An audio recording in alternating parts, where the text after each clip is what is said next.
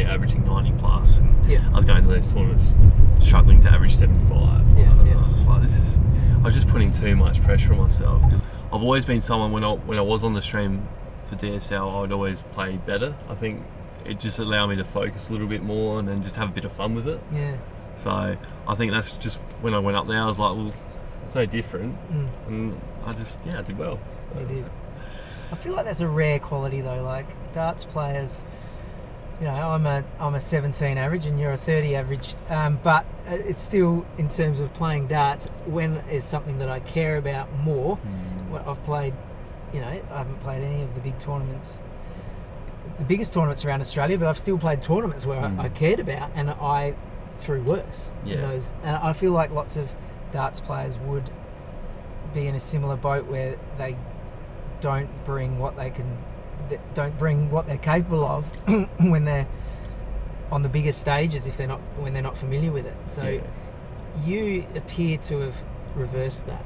Well, is that a fair comment? Or? Yeah, that is fair. I mean, I think I had a 2-year period where I was, you know, I'd get nervous. Yeah. I'd put too much pressure on myself, and I kind of talked myself out of winning a game of darts. And I think I had to learn to lose and just get my mental game a bit more stronger and right. And I think I just got sick of it. Like, I was like, I'm putting too much pressure on myself. I think it was just time to enjoy it a little bit more, and just, you know, there's always a tournament down the road you can play. So I was just like, you know what, let's just have fun with it now. I said, we're just gonna, like I said, just enjoy it and see what happens. And that's been my mindset ever since. So I'm not going to change that now. That's what's worked for me, and that's why. Turning point? Like, was there a trigger, a particular point where you're like, I need to be doing something different here? Like, do you remember?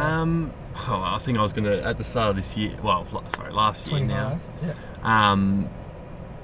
There came a point where I was just quite demoralised, and I was just getting sick of losing, and I was probably going to have about a 6-month break. That was the plan.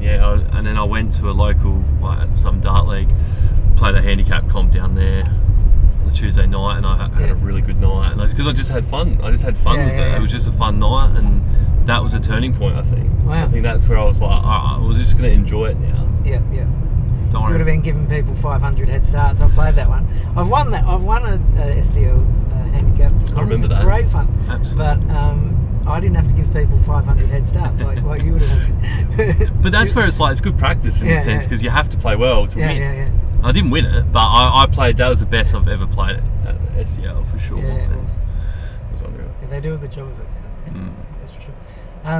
So you switched your attitude a bit. You went from thinking I might need 6 months off to rethinking the way you think about your darts. Yeah. I don't even know how I did that, to be fair. It just like I said, I got sick of it. I don't know. Because in the years that I've known you, you've always been one of the best players in the leagues in South Australia, but you haven't been far and away the best or anything. No. But you hadn't sort of broken through with the weekend Darts SA stuff previously. Is that sort of what you're getting in your head about those?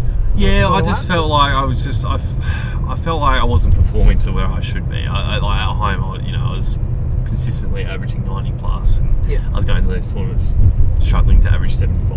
I was just like, I was just putting too much pressure on myself, because I just expected to go there and, you know, do well. Yeah.